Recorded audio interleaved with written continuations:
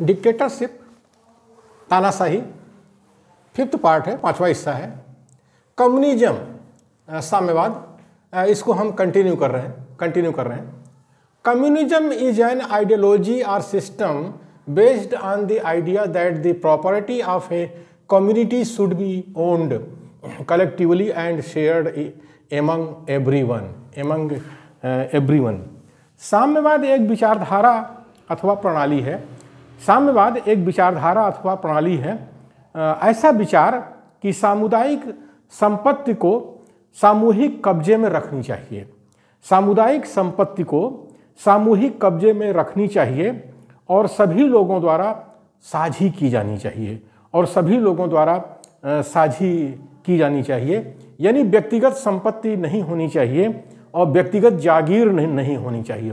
बड़ी जागीर और बड़ी संपत्ति जो है व्यक्तिगत रूप से नहीं होनी चाहिए, छोटी मोटी लोग घर में अपने रख सकते हैं।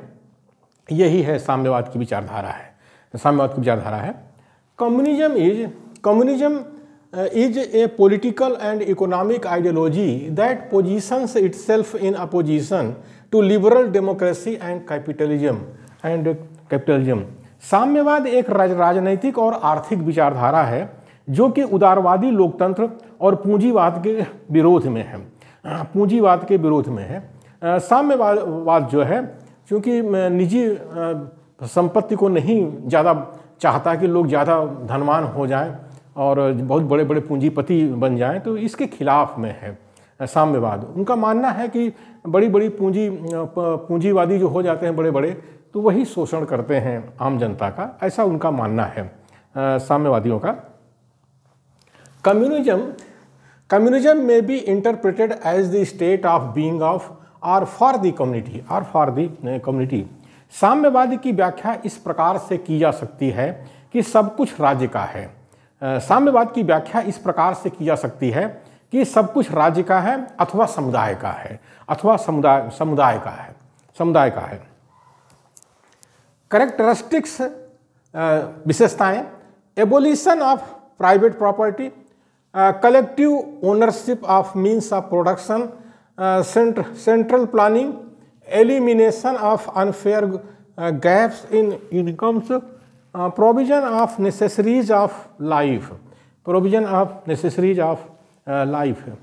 साम्यवाद की जो विशेषताएं हैं, एक विशेषता यह है कि जो प्राइवेट प्रॉपर्टी है, निजी संपत्ति है, उसका ये खात्मा करता है। निजी संपत्ति मतलब बड़ी बड़ी जो पूंजीपति होते हैं उनकी संपत्ति को नहीं चाहते, बोलते हैं कि इसको पब्लिक में रहना चाहिए। बड़े बड़े पूंजीपतियों के खिलाफ में है साम्यवाद यह है।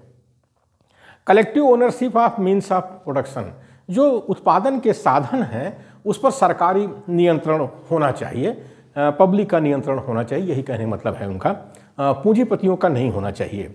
सेंट्रल प्लानिंग, केंद्रीकृत जो है योजना बननी चाहिए, जो कि पूंजीवाद में नहीं होता है, इसमें साम्यवाद में होता है। और उसी की वजह से जब 1930 के आसपास जब बहुत बड़ी मंदी पूरी दुनिया में आई थी पूंजीवादी देशों में, तो रसिया में नहीं हुआ था, रूस में नहीं आया था, क्योंकि वहाँ साम्यवादी व्यवस्था थी।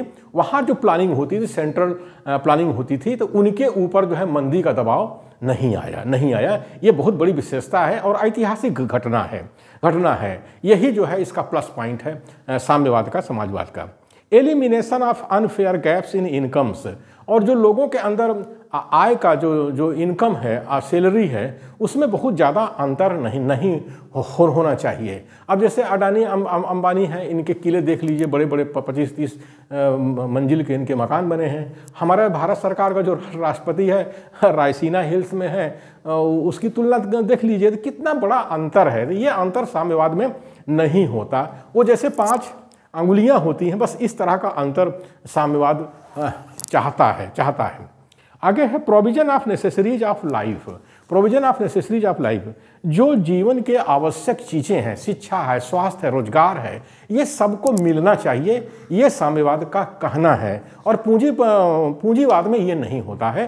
पूंजीवाद जो है जिम्मेदार नहीं होता है कि सबको शिक्षा मिल रही है कि नहीं मिल रही है, सबको स्वास्थ्य सेवाएं मिल रही है कि नहीं मिल रही है, और सबको रोजगार मिल रहा कि नहीं मिल रहा है। ये पूंजीवाद में नहीं होता है, लेकिन साम्यवाद में इसको ध्यान में रखा जाता है। इसीलिए जो गरीब जनता है वो जो है दलित, शोषित, गरीब, गुलाम जनता, मजदूर, ये सब जो है साम्यवाद के प्रति आकर्षित होते हैं। तो उसका कारण उसका यही है। लेकिन हमारे भारत देश का एक दुर्भाग्य यह है कि 1925 से जो है यहाँ पेशवा लोग जो है हिंदुत्व का सहारा लेके पेशवाई पर स्थापित करने के लिए संगठन बना के आंदोलन चलाना शुरू कर दिए। और उसी समय 1925 में भारत के अंदर साम्यवादी पार्टी की, कम्युनिस्ट पार्टी ऑफ इंडिया की स्थापना हुई थी। लेकिन उस कम्युनिस्ट पार्टी में भी ये जो है सर्वहारा के नाम पर यही पेशवा लोग घुस गए और उसका नतीजा हुआ कि 100 साल आते जाते साम्यवादी जो पार्टी है, साम्यवादी जो आंदोलन है भारत से 2022 आते जाते सब कुछ ख़त्म हो गया। ये हमारे भारत देश का बहुत बड़ा दुर्भाग्य है। यानी भारत की जो दलित, शोषित और मजदूर और गरीब और गुलाम जनता थी, शूद्र, अछूत, अंत्यज, अतिशूद्र, पिछड़ा, इनको जो है साम्यवाद का संदेश ही नहीं मिल पाया। सही देखा जाए तो इनको संदेश ही नहीं मिल पाया। इसीलिए साम्यवाद का हमने जो है ये जो वीडियो है इसको थोड़ा सा बढ़ा करके हमने दिया है कि हमारे जो मूल निवासी बहुजन हैं खास करके उनको पता लगना चाहिए कि आखिर साम्यवाद का संदेश भारत में क्यों नहीं आया, जन जन तक क्यों नहीं फैला। यूरोप के 25-30 देशों में इसको लेकर के क्रांतियां हुई, वहाँ राजसत्ता काम हुई। हमारे भारत देश में राजसत्ता क्यों नहीं कायम हुई, साम्यवादियों की राजसत्ता क्यों नहीं कायम हुई, जबकि 90% यहाँ की जनसंख्या मूल निवासी बहुजन वही सर्वहारा है। यहाँ तो जो है पेशवा लोग जो है, ब्राह्मण लोग जो है वही सर्वहारा बन गए हमारे भारत देश में। ये हमारे भारत देश का बहुत बड़ा जो है दुर्भाग्य है। और आज बहुजन आंदोलन चला तो बहुजन में भी जो है उसको ये घुस करके, ये पेशवा लोग, ब्राह्मण लोग घुस करके उसको सर्वजन बना दिए। ये हमारे भारत देश में जो है बहुत बड़ा दुर्भाग्य है।